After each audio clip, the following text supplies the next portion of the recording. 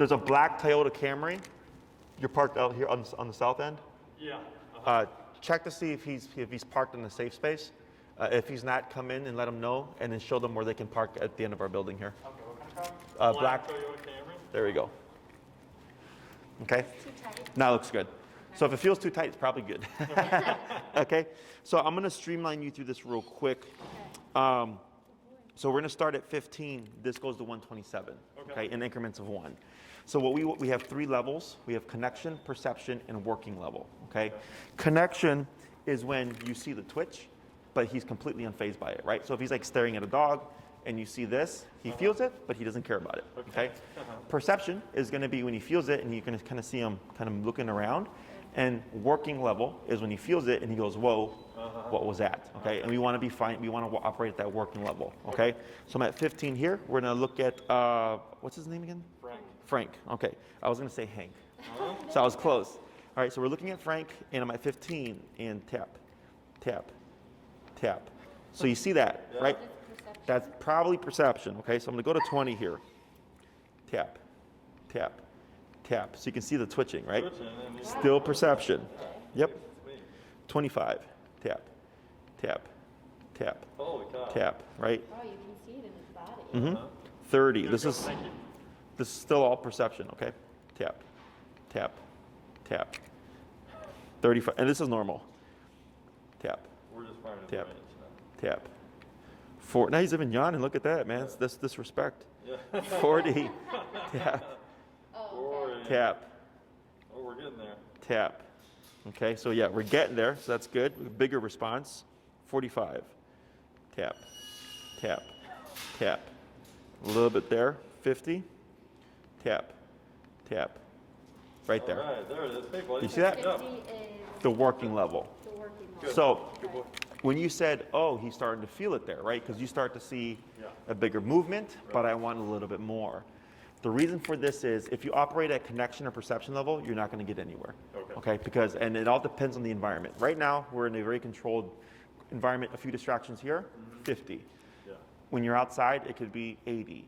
You know, it could be 35. You know, it's going to change. So don't get married to a number. We go by his response. If he's in a perfect heel and I'm at 20, then 20 is a number. But if I'm in an environment and he's not in perfect heel and 20 is not working, and I keep going up, and if it's 100, then it's 100 to get him to comply. Okay? So it's never going to be really fixed. You're probably going to get a general range.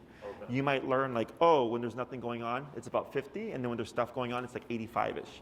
You know, and it'll be fairly consistent because he's got a shorter coat. Like thicker-haired breeds, because the connection through the fur can affect that. These guys are a bit easier to work with, just because connection is easier because there's not much acting as a buffer. Okay? Question so far? It goes connection, perception, Working.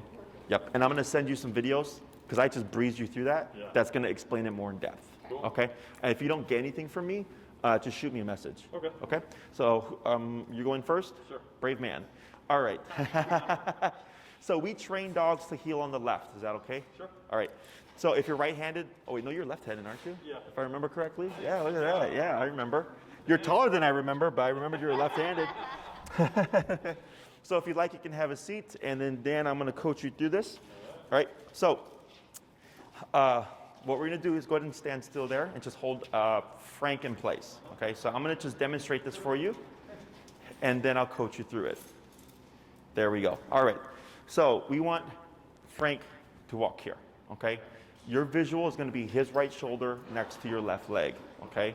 So when we're walking with Frank, you see what you did there? See how you shortened it? That's okay for now. But when we're training, we're actually going to give him slack. Okay? So the reason why we want that slack is we need him to make mistakes in order to teach him what he's not supposed to do. Okay? So very simple exercise. When you start moving, Frank is probably going to go ahead of you. Okay? What you're going to do is when I say the word turn, you're going to 180 like this. Okay? He's going to pass you, turn like this. He passes you, turn like that. Every time I say turn, you're just going to do that as quickly as you can. Okay? When you're doing that, I'm also going to say tap. Okay? Which means press that bumpy button on the side labeled Nick right there, right? Every time I say the tap word, that's one tap. So if I said tap, tap, tap, that would be your rhythm. If I said tap, tap, tap, tap, tap, that would be your rhythm, okay? So here, when he passes you, we're gonna combine those things. He gets ahead, tap, tap, tap, good.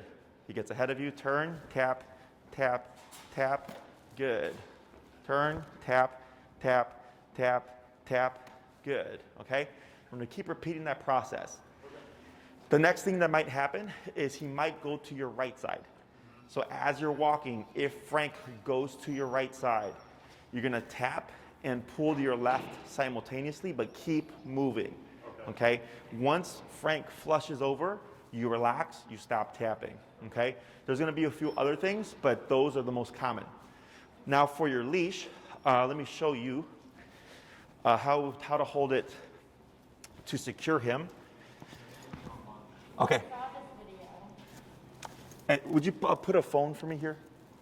Thank you. I'm sorry? I saw this video. Yeah, the lesson one with the heel? Yes, okay. So here, it's the exact same stuff. This is the foundation for most cases. So with your left hand, your handle, over your thumb like this. The leash, the handle? Oh, yeah. There you go. Perfect. Then with this part, you're gonna drape it over your pointer finger. Like that. And I'm gonna have you right there, go ahead and clamp your hand down like this. Now, bring him back into a sitting position. Pull, pull, pull. There he is. Now go ahead and relax that tension. Let it go, and then relax your left arm. And then stand right next to Frank. So you see how your leash, how there's a little J there? You want the J to be kind of next to where his armpit is, okay? So I'm gonna have you take up maybe about 2 to 3 inches of slack. Perfect, right there. So this, if you completely relax, gives him enough slack to make a mistake, but not, because if it's too tight, he's not gonna be able to get anywhere. So we need him to get distance so that we can use the remote to condition him to move to our side. Okay? So now, questions for me? All right, so we're gonna get you started here. When I say forward, you'll just start walking, okay? And I'll coach you through the rest. So go ahead and start moving forward this way. Turn, tap, forward. Turn, tap, tap, tap, tap, keep forward, tap, tap, tap. There you go. There, okay. Good. Turn. Good. So here, I want you to forget about that leash. Okay. Because you have bad habits. It's okay. Right. So forward, tap, good. Turn, tap. Pull to your left, tap. Good, relax, good. Tap forward, good. Pull to your left, tap. Go ahead and turn that way, that's fine. Forward, relax, good. Keep forward, pull to your left, tap, good. Keep forward, relax that arm, good. Go ahead and just, that's fine. Forward, yep. Let's go ahead and dip it down. You're at what number again? 50. We're gonna go down to 35. You're gonna use that dial on top. Counterclockwise goes down. And don't worry about exact number. If you do 34, 36, whatever, it's just general range. And forward. Turn, tap, tap, tap, tap, tap. Keep forward, tap, good. Pull to your left, good. Now adjust your leash length. Good, now go ahead and pivot to your right, good job. Relax your arm, forward, good. Forward, tap, good. Keep forward, good. Pull to your left, tap, tap. Forward, good. Turn, tap, tap, good. Slow turn, tap, forward. Pull to your left, tap. Keep forward, yep, there you go, shorten your leash. Pull to your left again, tap. And let's bump that number to about 40. Good. Forward. Tap forward. Tap. Good. Pull to your left. Tap. Good. Right turn. Good. Keep forward. Good. Pull to the left. Tap. There you go. Pull to your left. Good. Relax. Good. Forward. Good. Forward. Tap. To your left. Yep. Good job. You got it. Pull to your left. There he is. Good. Now relax. Good. Forward. Tap. Good. Forward. Good. Slow turn. Good turn. Forward. Good. Keep forward. Good. Good. Slow to slow turn. Good turn. Keep forward. Good. Now slow walk here, but keep forward. Slower. Turn. Tap. Forward. Good. Good. Now slow to slow turn. Slow walk here. Slower. Slower. Stop. Good. Okay. We're going to pause there. We're going to let them process for a moment. All right. Are you seeing the difference? Yeah. Okay. What are we seeing? The last couple of laps, he learned the last back and forth. Like, He all started matching your pace. Sure did. Okay. 35 was a much better working number. Yeah, we got to back up to 40. Yeah, he was. At least that's what it looked like. It looked painful to start. Because of the twitch. Yeah. Yeah. So dog logic and human logic are different. You got to remember, dogs bite each other. Yeah. Right? So this will never match a dog bite, even if you max it out and like make him shit himself. It'll never match a dog bite. Okay. I've seen some crazy stuff. So 50 became too much. I agree. We went on to 35, but then 35 was taking a lot of effort. E-collar should never feel like an argument. Okay. Okay. When you're at the appropriate number and he's being conditioned, like it's very quick. So we went to 40, and then that was a bit easier. Okay. And then we start to see him sync up with you, which is why I was like slow. So on that last one, when you slow down, he didn't. Yeah. You turned, you tapped, and then when you tried it again, there he is. Okay. So once you get used to that, and you just can read it well, it's very straightforward. Okay. That's why I tell everybody, don't get married to a number. Go by his response. Okay. So here, the abrupt turns will always be in effect when Frank passes you. Okay. It's just the frequency of those turns should become less and less over time. So like my dogs, I can't remember the last time I turned to correct them, because in the beginning, because I'm a trainer, it was so consistent that they just know, like I walk at dad's left hip, right?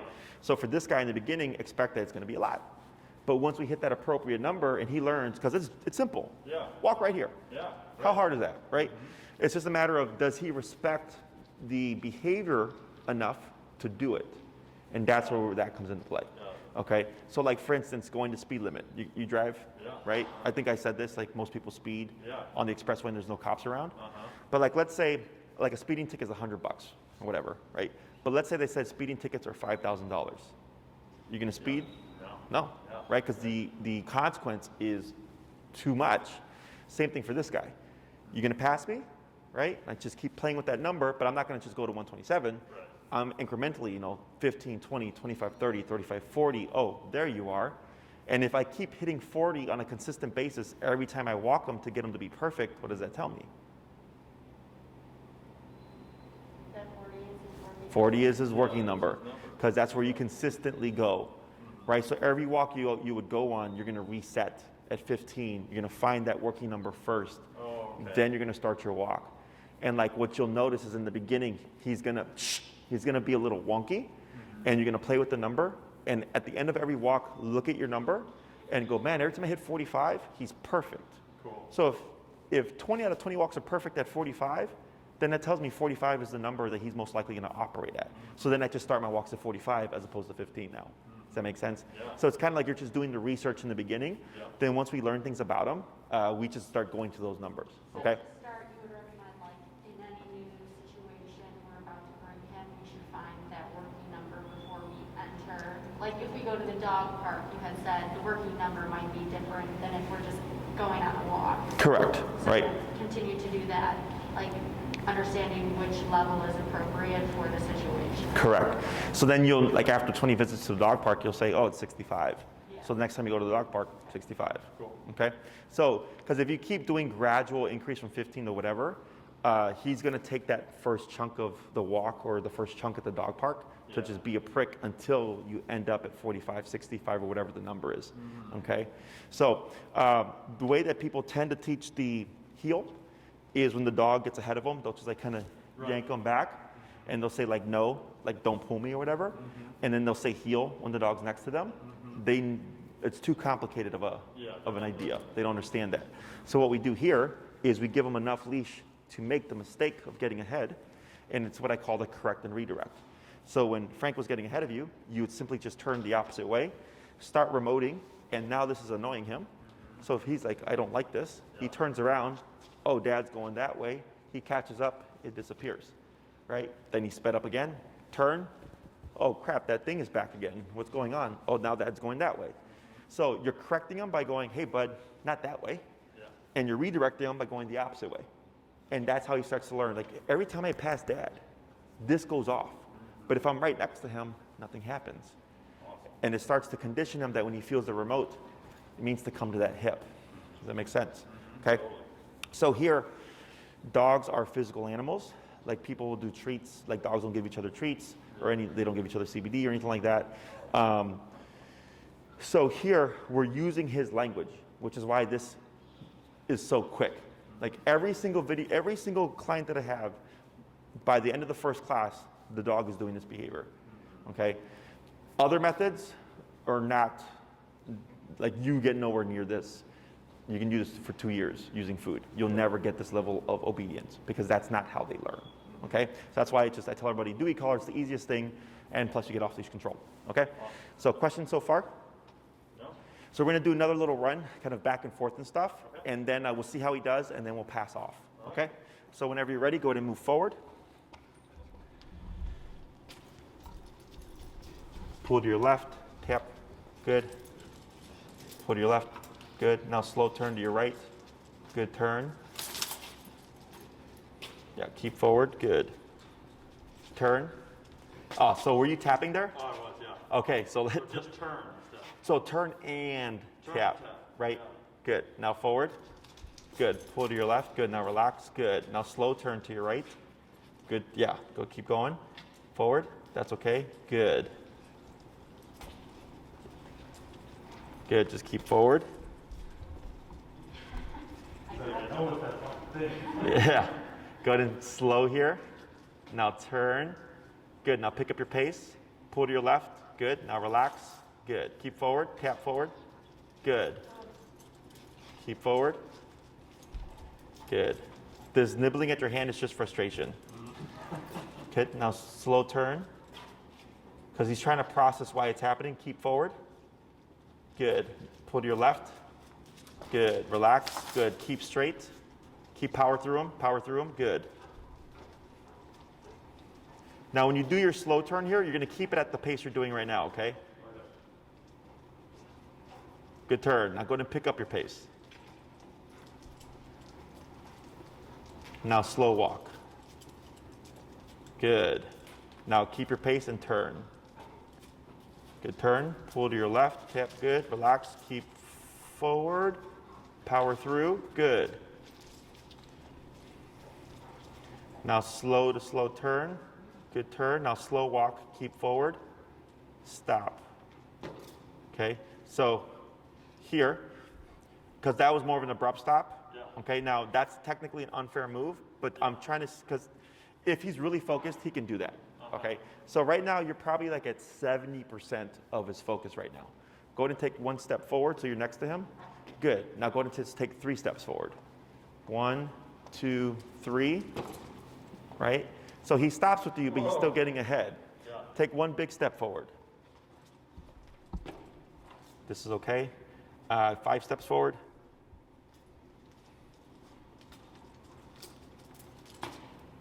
Okay, so now he's on the wrong side. So what you'll do is pivot. There you go. And we're going to try that again. Now go ahead and just, here you're going to just move forward. Tap. Keep moving forward. Good. Now you're going to turn to your right. Good. Now you're going to just move forward. Pick up your pace.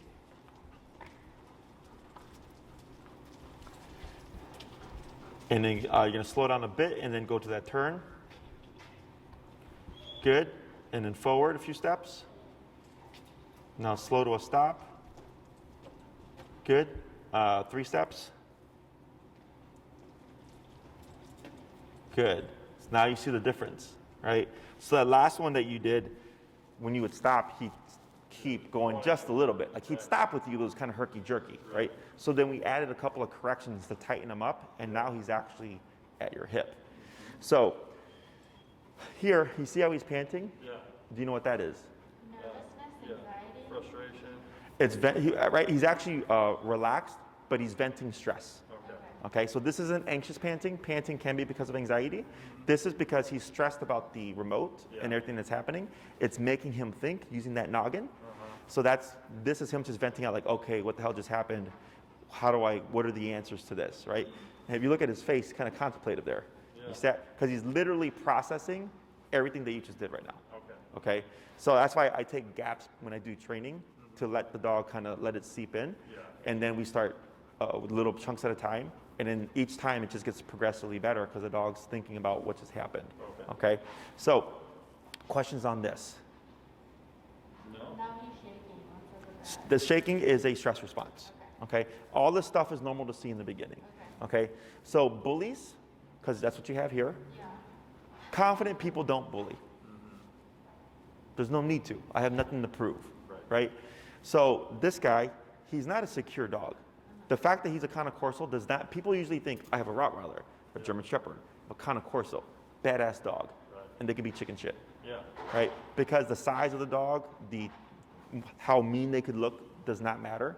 It's the inside, right? So here you have what I would call an emotionally weak dog. So when he's put under pressure, and now you're talking his language, okay? Because when he was talking his language to you, he was winning because he's a big dog. Physically, he's capable of doing more harm than you are to him, right? So when we start to talk to him in his language, because that's what you're doing, you're biting him, and you're biting him at a level that he respects, and he's like, ah, shit, I better comply. Now he's going, oh, crap. This is a different game, right? And that's why I said in the video, in the Zoom, I said, we're not going to just come in trying to target the behavior. We're going to slap him around a little bit, okay? But this is non-confrontational.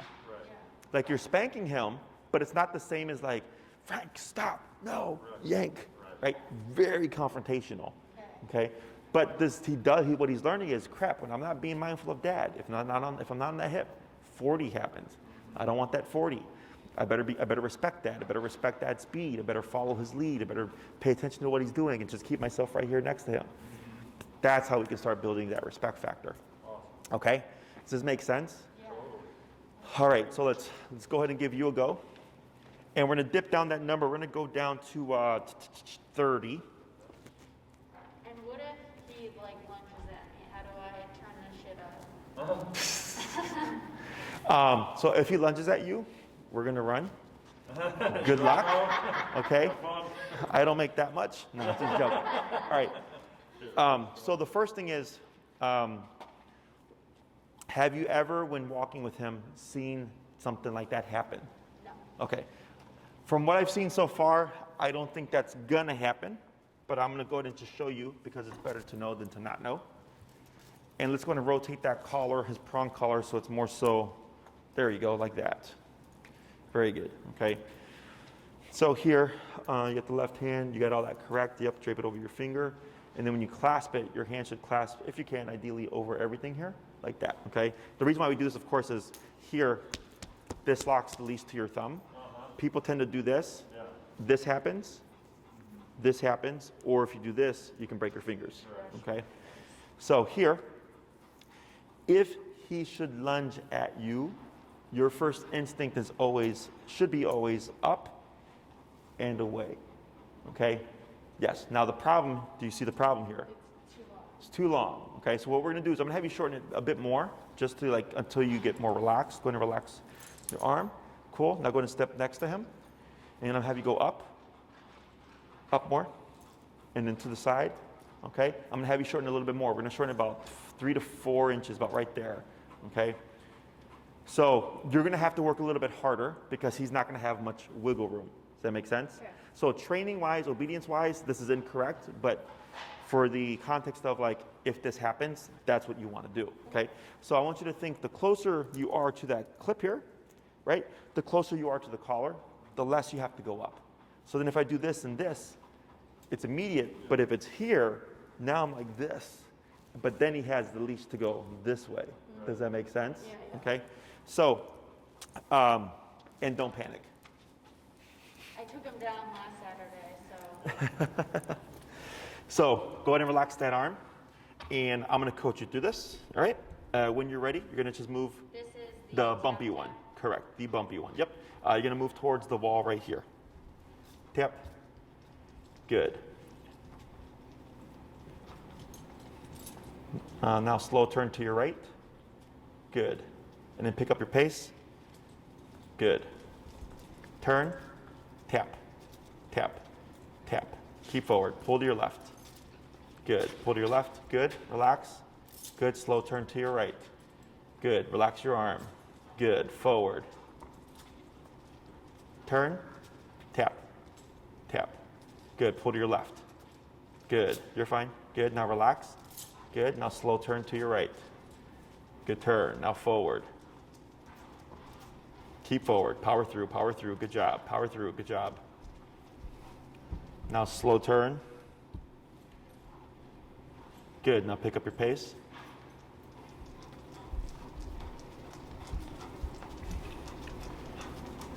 Now slow to slow turn. Good turn. Now pick up your pace. Now slow walk. Keep forward. Now here, when you hit the wall, I'm going to have you make a right, walk along the wall, and then turn so that you're going to walk past Dan.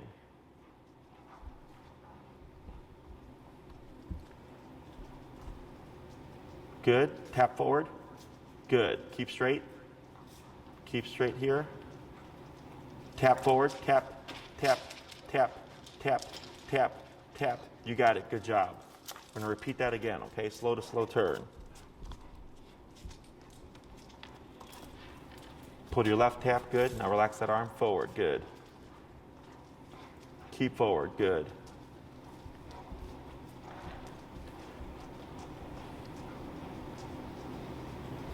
Good. Keep forward.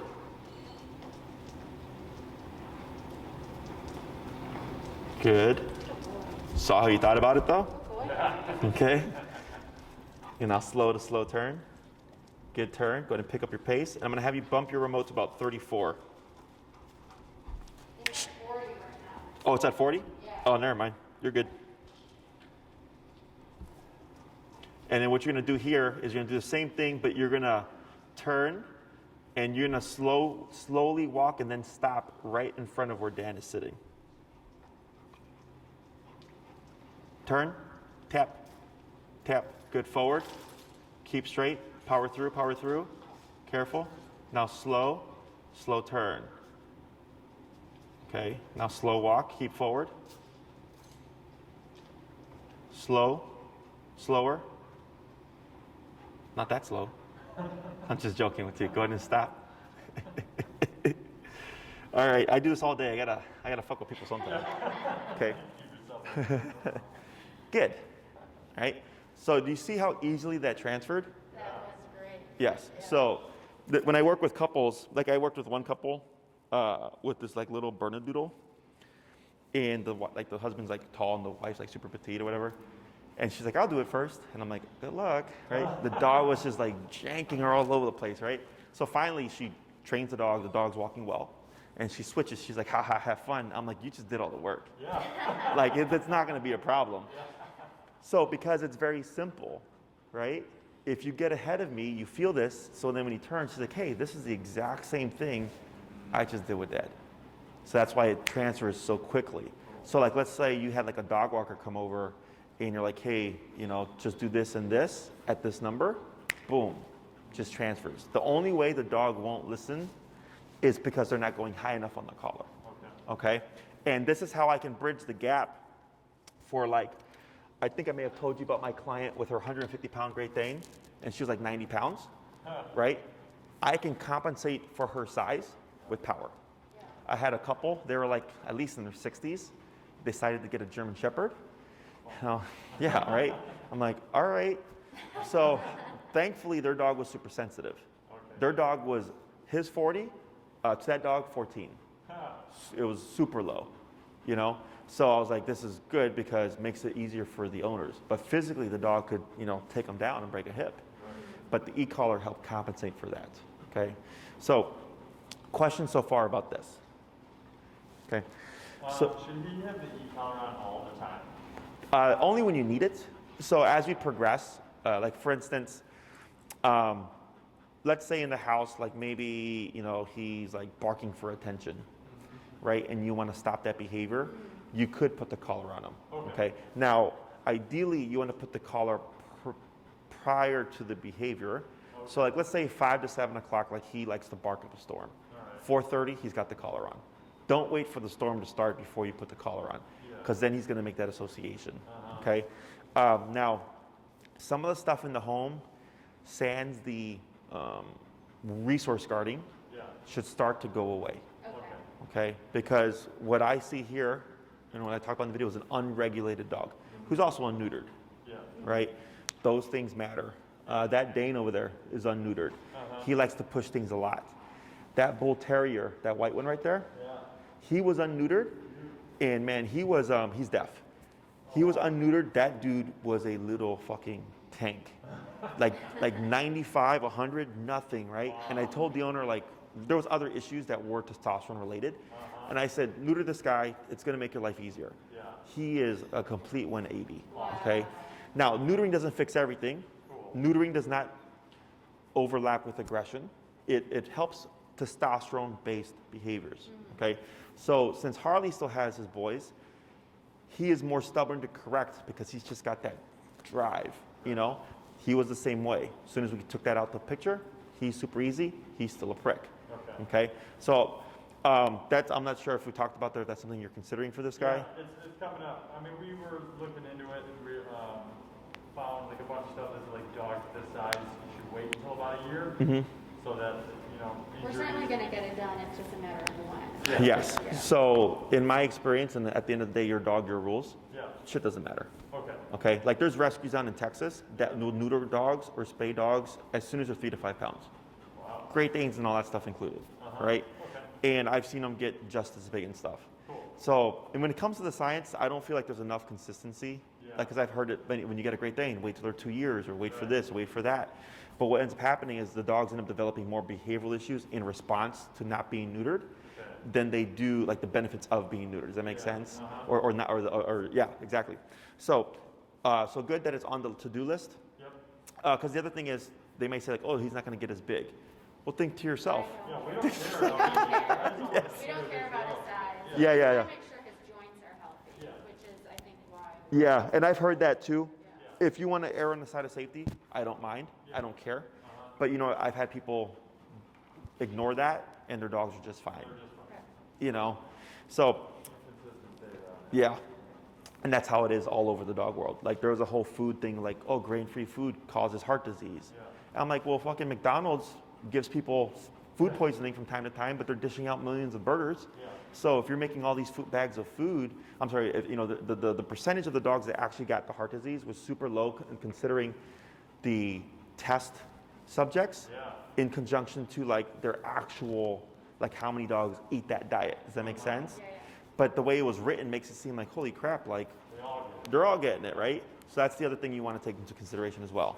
Okay, so here, pretty straightforward, pretty simple. You're disciplining him in a very non-confrontational manner, so we can start changing his mindset on things. Okay, now what this should start doing is settling him down just naturally. Okay, so a lot of times when I get dogs that are hyperactive within the home, it's because they're unregulated. No one's giving them any boundaries, no one's giving any rules. So when they go for a walk, it's craziness. The owner takes them to a dog park, craziness. The owner brings them home, craziness. Because your dog becomes what you allow them to practice or what you practice with them. Okay, so that's why this is so important, especially with these power breeds. For practicing discipline and structure, you get a disciplined, structured dog. Okay, just like with kids, you let them run amok, they're going to run amok all their lives. If you like slap them around a little bit and say like you can't do that, you're going to get a disciplined kid, like me. Okay, not like Dan. Does that all make sense? Okay, and you don't have to be mean. When he's on a walk,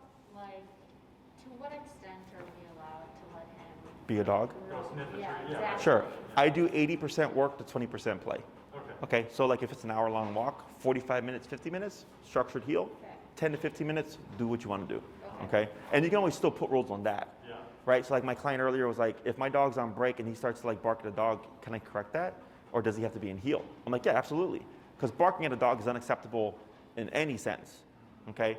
So here, like let's say he did have like reactivity and you were to see him like let's say he's on his own time, but you see like it's about to happen, you could correct that without having to put him in a heel. Okay, so obedience and behavior are very different. Think of obedience as education and behavior as morality, right? Sit, stay calm, math, English, science. Don't jump, don't bark, don't bite, don't lie, don't steal, don't cheat, right? So a very smart person can be a very bad person, and a person who's not very smart can be a very good person. They don't overlap, okay? It's the same thing for dogs. So sit, stay down, come really doesn't have anything to do with him behaviorally, okay? But what we're doing, and this is the gray area here, is the way we're doing our obedience is through discipline.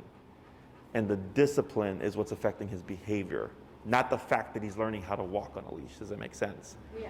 Okay? It's the fact that he's being spanked for not paying attention and like not being mindful and like being a little jerk. That's what's affecting or gonna affect his behavior. Okay? So I just want to clarify that because a lot of people think my dog jumps at dogs or barks at them. They should learn sit. Why should they learn sit? Because then they can't jump at the dog. I'm like, well, they're still going to think about it. Yeah. Yeah, you know. And correcting him should always be at that working level. Appropriate to the behavior. Okay, so like let's say he was like let's say 40 is perfect for heel, Yeah. and then we brought a dog out and he starts lunging and barking. 40 may not work there Yeah. because he might need a firmer I'm thinking consequence. of, like in the evening when he starts to display behaviors, like Yeah. either barking at us or nibbling on the corner of the carpet. Sure. And then later on in the night when there's like the random weird behavior where he feels like really anxious. Yeah. Sure. Exactly. So technically, this should fix most of that stuff, but the weirdness. Okay. Okay. Now the weirdness, it's possible because the weirdness can be because I have another case that's starting very similar, and the dog never had the issue before. Okay. So I was trying to, it turns out quarantine, dogs just jacked up a Mountain Dew all day, and then when people move too quickly around it, it snaps. And I said that sounds like the dog's just overwhelmed with just this like overstimulation that any sudden movements are triggering it, right? And I think it's the same thing that's happening here. So as we settle him, there's the possibility that weirdness goes away as well, but that is one that may not. The chewing on stuff, and the barking should be related to this, Cool. okay? Because it's frustration. Yeah. It's what I do with all this energy, okay? And it's not so much that he's high energy, it's just he's not been told no formally, okay? So once he starts, because me as a kid growing up, like no was just no until I got spanked, and then no meant something totally different, okay? That's the concept that we're driving for here. So what I would do is, every time you walk him, you want to do, again, 80% work to 20% play, okay? Remember, you're here because he's a jerk, Yeah. okay? So don't worry about how he feels about stuff, because that's going to work against you, Yeah. okay? First, I like to do like kind of boot camp, restrict things, positive things or, like treats and all that crap. And then it's discipline, right? And then we see what does this fix? So now we have a constant. We have discipline and like minimal affection, okay? And then let's say he's doing really well. He's like, man, Jesse, all these behaviors went away. Can we like let him sleep in the bed again? I go, sure, right? Just as an example. Like let's say whatever, right? And I go, sure, whatever. And then we notice after you let him start sleeping in the bed again, he starts growling at you. What have we learned? That letting him in the bed causes behavior. So we're going to remove that. Okay. And then, so I'm slowly adding in exactly. Because I've had that happen where the owner's like, can I give my dog affection again? And I go, sure. And as soon as I start giving the dog affection again, reactivity comes back. Interesting. And I go, okay, so it's either no affection and we prevent reactivity, or you give affection and you have to deal with the fact that your dog's going to be reactive. Does that make sense? Yeah. Okay, and I don't make people make decisions. I go, you do what you want to do, but you'd be surprised how many people would rather give the dog the affection and deal with the reactivity as opposed to not give the dog affection and not have it. Okay. Very okay with being stoned. Other questions? We haven't started, you had recommended putting him in the crate Yeah. in another room. Uh-huh. He is like inconsolable. Yeah, no, wait till you get your e-collar. Okay. Because then you're gonna have to, then you'll be able to stop it. Okay. Yeah. I mean, if you started it and it's like, yeah, it's not working, don't worry about it. Once your e-collar comes in, Okay. I have a video, if you would actually, you can send me a message on that too, Okay. that I can forward it to you. You can just watch that lesson, because it's essentially the same problem, and you save yourselves a lesson. Fantastic. Okay? Other questions? All right, so I'm gonna have you go do another little run here. So actually, let's see, relax your arm. Oh crap. So, like right here, give a tap. Wait a moment. Tap. Tap. Okay, so what I'm trying to create here is, you see how he keeps focusing this way? Yeah. Is I would want him to go like this. Okay, so what we're doing, there it is, just delayed. Okay, what we're doing is you're saying, I don't want you to look over there. Okay, so he goes, okay, I keep correcting for looking over here. What happens if I look over here? Nothing. Then I'm going to look over here. Okay, so that's the difference between behavior and obedience. Behavior is simply don't do that. Obedience is do this. Okay, sit, down, come, right? Barking at a dog, don't do that. Jumping on me, don't do that. Looking over there, don't do that. Does that make sense? And he can, so aversives are meant to stop things, but we can also use aversives to teach things. That's why here with the heel, you had to go through a process before he actually picked up on what to do. But when it comes to behavior, like if he did something another dog didn't want, they would just bite him. Right. There's no, like, they don't sit them down and educate them. They're just like, oh, you jumped on me? Here you go. Okay? Yeah. So you're at 40? I am at 39. 39? Let's go ahead and go down to 30 here. Cool. And he just happens to have a bit of like an over-exaggerated response. Yeah. Like right there in your tab, that Yeah. sound or whatever. Don't worry about that sound. Like it's nothing Okay. bad. It's just him. He's having a little bit more of an overreaction to the stimulus, okay? Or to the stim. So whenever you're ready, go ahead and move forward.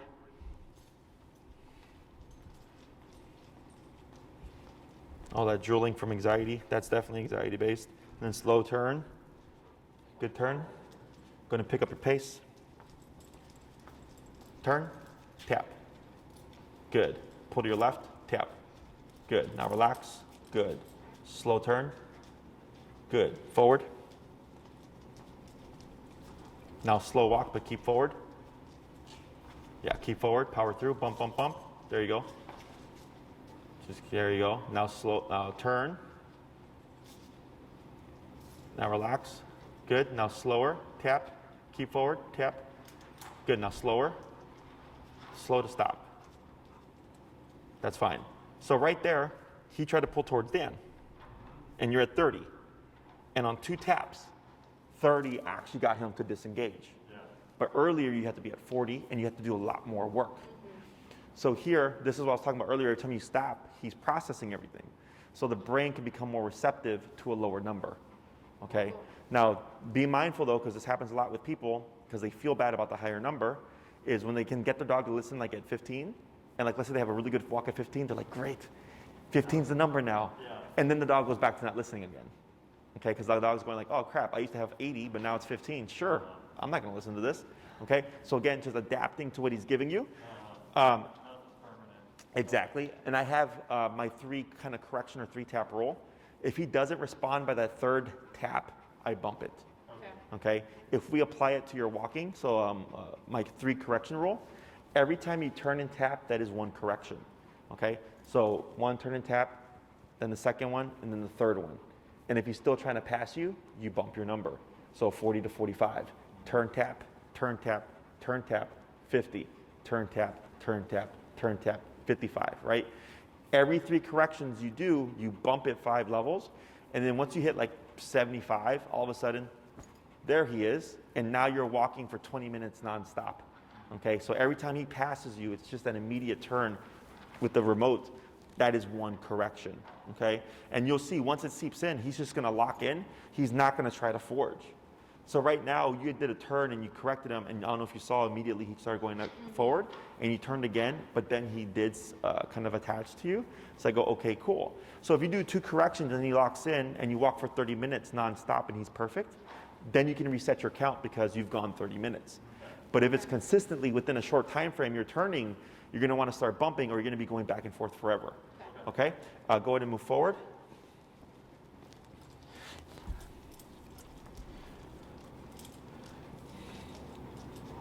Good. Go ahead and pick up your pace. Now slow. Keep forward. Keep forward. Good. In turn, keep your speed. Good. Now slow past Dan. Good. You thought about it. Back to the leg. Go ahead and pick up your pace. Good. Go ahead and turn. Good. Pull to your left. Yep. Good. Slow walk here. Right. Slower. Stop. Good. Go ahead and take 5 steps.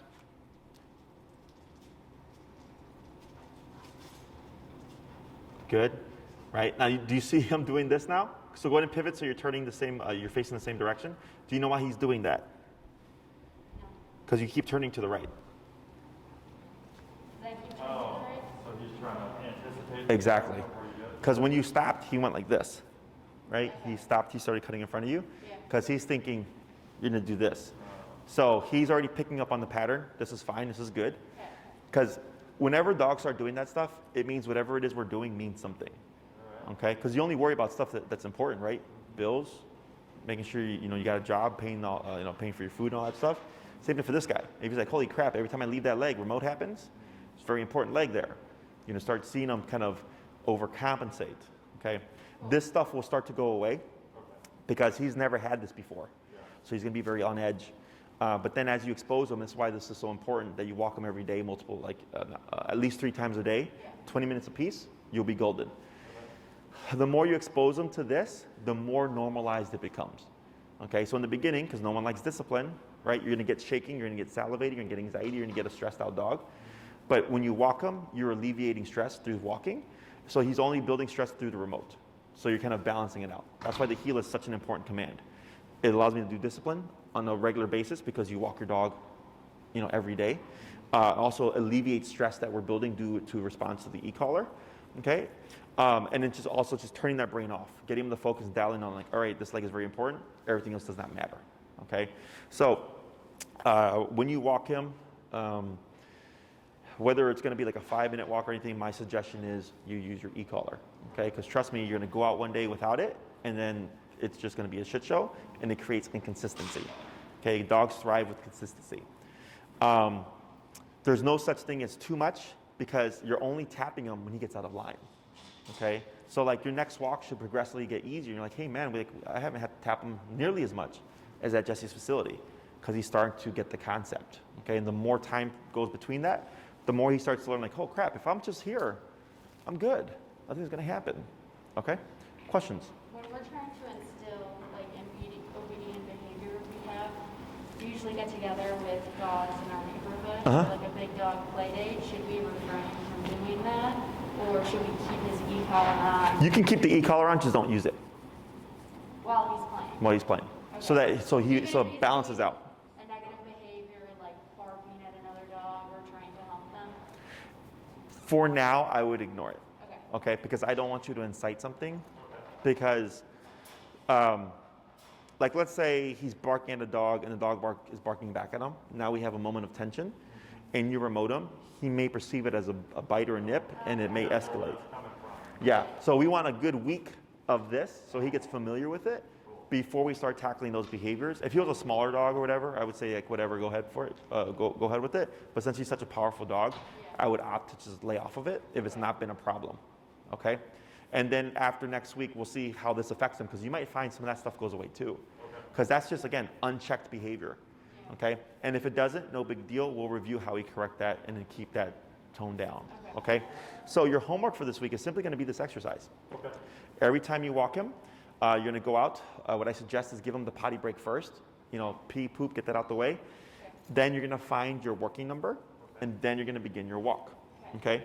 Once you've initiated this, his job is to be here. There is no exceptions. I don't care if he wants to sniff a flower or pee on a pole or greet, even if you're walking and he sees Dan, If he's at your hip, he's at your hip. There's no exceptions, okay? When you decide, hey, that's enough, you're gonna just simply come to a stop. He should stop with you.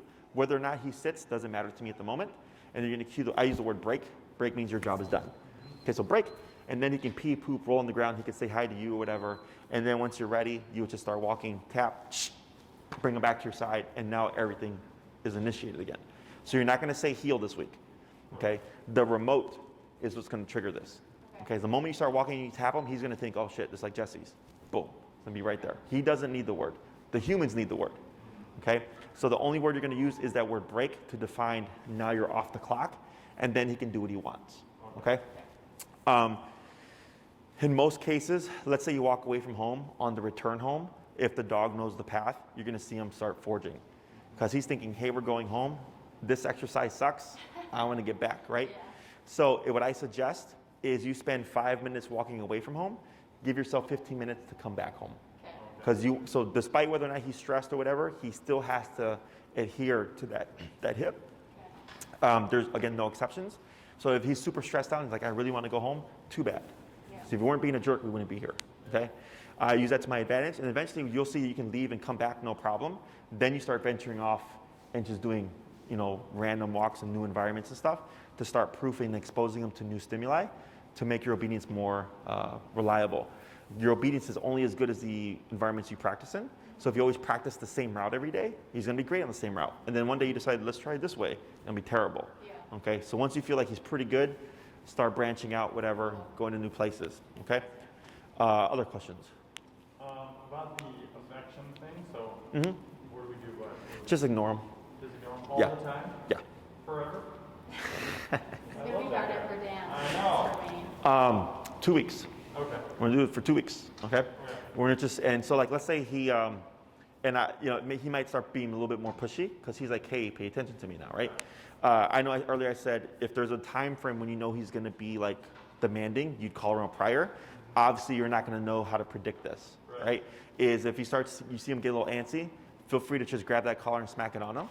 It'll most likely just tone him down already, okay? If it doesn't, you can use it to just kind of see if it'll help just dial him down a bit. I'm gonna cap you on your number when it comes to behavior. I wouldn't have you go past like 60, 70, okay, for stuff in the home, because it's behavioral stuff. So if he starts being a prick, do your best with trying to address it however you've done it before. So we're not trying to correct behaviors in the next 2. I mean, like, he gets weird with me after he eats breakfast. Like, he cowers, he goes under the table. Yeah, I wouldn't remote that. Okay. Okay, we're gonna stay away from that from now, okay? I wanna see, because I don't wanna create something, because you're just learning how all this stuff works, Yeah, okay? right. But if it's something like trying to eat poop off the ground or something like that, like, as long as there's no weirdness around it, a tap shouldn't provoke anything. But I'm trying to err on the side of caution just because he's a bigger dog. Yeah. So like that Great Dane right there is actually the guy that did this. Oh, fucker. Yeah. So he's here for daycare and stuff. Okay. So, and that's because I know what I'm doing, but he's such a big dog, there's no avoiding it. Yeah, right. Right? There's no avoiding this. Yeah, So, there's no way to hold him far enough away. It's yeah. huge. So, that's what I'm trying to kind of work around there. Okay. So, and the other thing is, if you ever put yourself in a situation and you feel uneasy about it, okay, is I suggest you don't push it, okay? And you don't try to run from it, like don't run quickly. If you have to remove yourself slowly. That's usually, after he eats breakfast, I'll close the door Mm-hmm. to my room. That's where I work. Let him chill out, and then like after an hour, I'll open the door, and he usually comes and goes to his crate. Okay, So yeah, just continue with that pattern for now, okay? And what we want to see is, is there like a nanny cam or anything in that room? Not in the living room. No? Okay, if you can move one in there, just to observe him after he eats. Okay. Watch his posture. If he's by himself and you feel like, and he still looks weird, just keep an eye on it. Okay. See if it starts to ease up, okay? If it doesn't ease up and you feel like he stays looking weird, then we have to figure out how we're gonna work with that, okay? Other questions? I think that's about it. I didn't see anything out the ordinary. I didn't see any moments of tension. I do see an anxious dog, an insecure dog, which is, again, where bullies, they tend to come from, insecurity. So we're gonna see what this does. This kind of, don't be deterred if he looks kind of mopey or depressed. It's not him looking mopey or depressed. It's nobody likes discipline. Okay. The shaking is normal in the beginning. The panting, salivating, all that stuff is normal. So that, as you expose them to it, should just start to go away. Some dogs within the week will turn around. Some dogs take a couple of months. Every case is different. I don't know. Okay. In terms of resource guarding or to avoid it, like, would you recommend, like, we've been putting his breakfast out and he hasn't eaten it until like later in the day. Should we just remove his food when he doesn't eat it when he's supposed to? So my rule is if I put the food down, I give them 5 minutes, and if they don't eat it, I put it away. Okay, so like my dogs will eat anything I put down because they know that shit's disappearing. Yeah. Okay. Now the only concern I would have is if there is resource guarding and it's down on the ground and I go to remove it, am I gonna create something there? Okay. So like if that happens, if you know it's safe to do it, feel free to do it. Yeah. If it's like no, we're not sure, remove him from the room. After 5 minutes, put it away, and he'll come back like, hey, where'd it go? Disappeared, buddy. Okay. Right? And then like later in the day, you give him his second half of the meal. You wouldn't compensate. Don't try to give him 2 meals in one. Keep it at the half meal. Okay? Because so free feeding creates a picky eater. So you don't want to free feed. But also if you have a resource guard, the last thing you want is to have food out all day that he could potentially, decide to guard out of nowhere. Because that actually happened to a client recently. They had like their dog food bowl or whatever, and they had a guest come over. The dog didn't care about it all day, and the guest dog went over to the food bowl, and then the dog launched from across the room. So, okay? It's just things to be mindful of. Anything else? No, that's it. All right, good job. So if anything pops up, just shoot me an email or a message, Okay. and I'll get back to you. Shouldn't be a problem though.